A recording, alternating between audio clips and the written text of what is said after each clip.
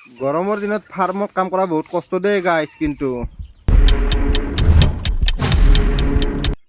আজি ৰাতিপুৱাই আমি মানে মুৰ্গীক দানা দি থাকোঁতে আমাৰ দাদা এজন আহিলে, বেপাৰী দাদা এজন। তেখেতক বোলে মুৰ্গী লাগে, মোক ফোন কৰিছিলে ৰাতিতে। মই পাহৰিয়ে গ'লোঁ। কিন্তু আমি ফেমিলি আৰু মই এতিয়া ফাৰ্মত দানা দি আছিলোঁ। দানা দি থকাতে তেখেতে আহি পালে।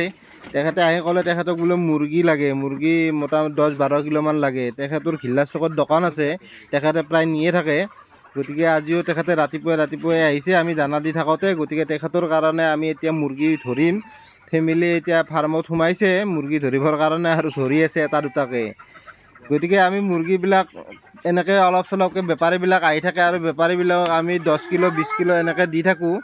আৰু যেতিয়া বেছিকৈ থাকে তেতিয়া আমি ডাঙৰ বেপাৰী মাতোঁ, যিবিলাক বেপাৰী মানে গাড়ী লৈ আহে, দূৰৰ পৰা আহে। তেখেতসকলেও মানে অলপ মালত নাহে, তেখেতসকল বেছিকৈ থাকিলেহে আহে।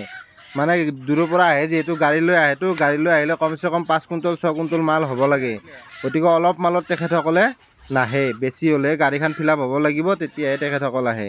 গতিকে আমাৰ ওচৰ চুবুৰীয়াত যিখিনি মানে দোকানী বা বেপাৰী আছে, এনেকৈ আহি মাজে মাজে লৈ যায়। আৰু তেখেতসকলেও এনেকৈ চকত মানে দোকান আছে আমাৰ ঘিলাৰ চকত, আৰু সেই দোকানতো বিক্ৰী কৰে। আৰু মোৰ ইয়াতে তাৰমানে ডাঙৰ মুৰ্গী বেছি নাই, আৰু মানে বিক্ৰী কৰি শেষ হৈছে অলৰেডি। ইয়াতে ডাঙৰ মুৰ্গী আছে আৰু 50-60টামান। গতিকে এইখিনি বিক্ৰী হ'লে মোটামুটি মোৰ ডাঙৰখিনি শেষে হৈ যাব। আকৌ সিফালে এটা পাৰ্টত আছে মোটামুটি 300 পিচমান।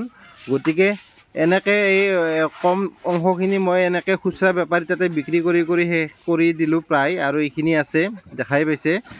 আৰু ইয়াৰে আজি এতিয়া এখেতে লৈ যাব এইখিনি, মোটামুটি 10-12 কিলো লৈ যাম বুলি কৈছে। গতিকে ফেমিলিয়ে ধৰি এনেকৈ দি আছে, আৰু মই উলিয়াই বাহিৰত দি আছোঁ। বেপাৰীজনে মানে ৰছীৰে বান্ধি বাইকত লৈ যাব। আৰু আমি এই মুৰ্গীবিলাকক এইমাত্ৰ মানে দানা পানী দি উঠিছিলোঁৱে। দানা পানী দিয়াৰ পাছতে দাদাজন আহি পালে।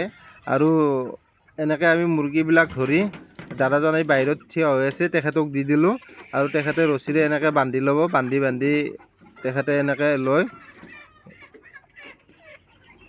ৰছীৰে বান্ধি লৈ বাইকত এনেকৈ ওলমাই ল'ব, সেইকাৰণে ৰছীৰে বান্ধি লয়। বৰ্তমান কিন্তু আমাৰ ইফালে অলপ দামটো কম চলি আছে। এইটো ছিজনত অলপ দামটো কমি যায়, আৰু মাৰ্কেটটো অলপ ডাউন হৈ যায়।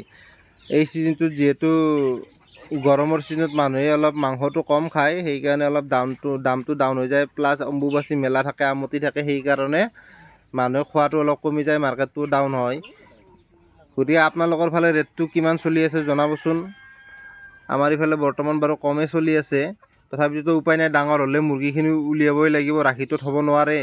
এইটো ৰাখি থোৱা বস্তু নহয়। গতিকে আমি যেতিয়া ডাঙৰ হৈ যায়, তাক উপযুক্ত সময়ত উলিয়াব লাগিব। দাম পালেও নাপালেও উলিয়াবই লাগিব। গতিকে কেতিয়াবা আমাৰ কি হয়, মানে লছৰ অলপ সন্মুখীন হ'ব লগা হয়। মানে দাম বেছি পালে অলপ প্ৰফিটটো বেছি পোৱা যায়, আৰু দামটো নাপালে আৰু লছ নহ'লেও মূলটো হ'লেও থাকেই বাৰু, সেইটো নকওঁ। দাদাজনে মানে ৰাতিপুৱাই আহিছে, কি কাৰণে জানেনে? মানে তেখেতে আৰু বেলেগ কামো কৰে, মানে গাছ কটা কামো কৰে। এতিয়া তেখেতে তাৰমানে মুৰ্গীখিনি নি দোকানত থৈ আকৌ তেখেতে গাছ কাটিব যাব। সেইকাৰণে তেখেতে তাৰমানে ৰাতিপুৱাই আহিছে, বেলেগ সময়ত মানে টাইমটো মিলাব নোৱাৰে। এতিয়া তেখেতে মুৰ্গীকেইটা মানে দোকানত থৈ কিনে গাছ কাটিব যাব। এতিয়া তেখেতে ফটাফট মানে লৈ যাব আহিছে। আৰু এতিয়া আমি কাটাখন উলিয়াইছোঁ, এই কাটাখনেৰে এই মুৰ্গীকেইটা মানে জুখিম। এই কাটাখন ইলেক্ট্ৰিক কাটা হয়, আৰু ধুনীয়াকৈ বান্ধি চান্ধি লোৱা হৈ গৈছে। এতিয়া আমি এনেকৈ মানে ওজন কৰি দাদাজনক দি দিম।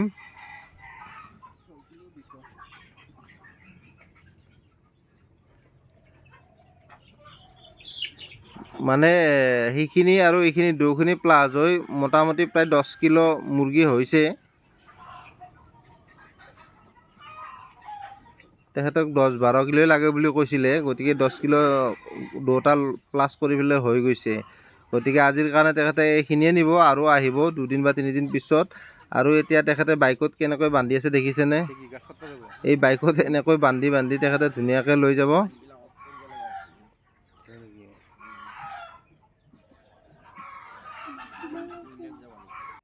এই মুৰ্গীখিনিত অলপমান লছ হোৱাৰ মানে সম্ভাৱনা এটা আছে। কিয়নো মানে গৰমৰ দিনত ৱেটটো মানে বাঢ়োতে টাইম লাগে, দানাটো বেছি খুৱাই থাকিব লগা হয়, আৰু গৰমত মানে ৱেটটো বাঢ়োতে টাইম লাগে।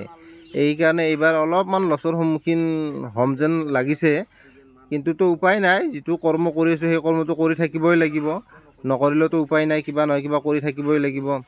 এই দাদাজনে দুটা কাম কৰি আছে, আমিতো এইটো কাম কৰিয়ে চলি আছোঁ। ধৰি লওক ফাৰ্মখন আছে আৰু ময়ো অলপ কিবা কাম কৰোঁ দিয়কচোন, কিন্তু ফেমিলিয়ে ফাৰ্মখনৰ লগত জড়িত। ধুনীয়াকৈ অলৰেডি বন্ধা হৈ গ'ল।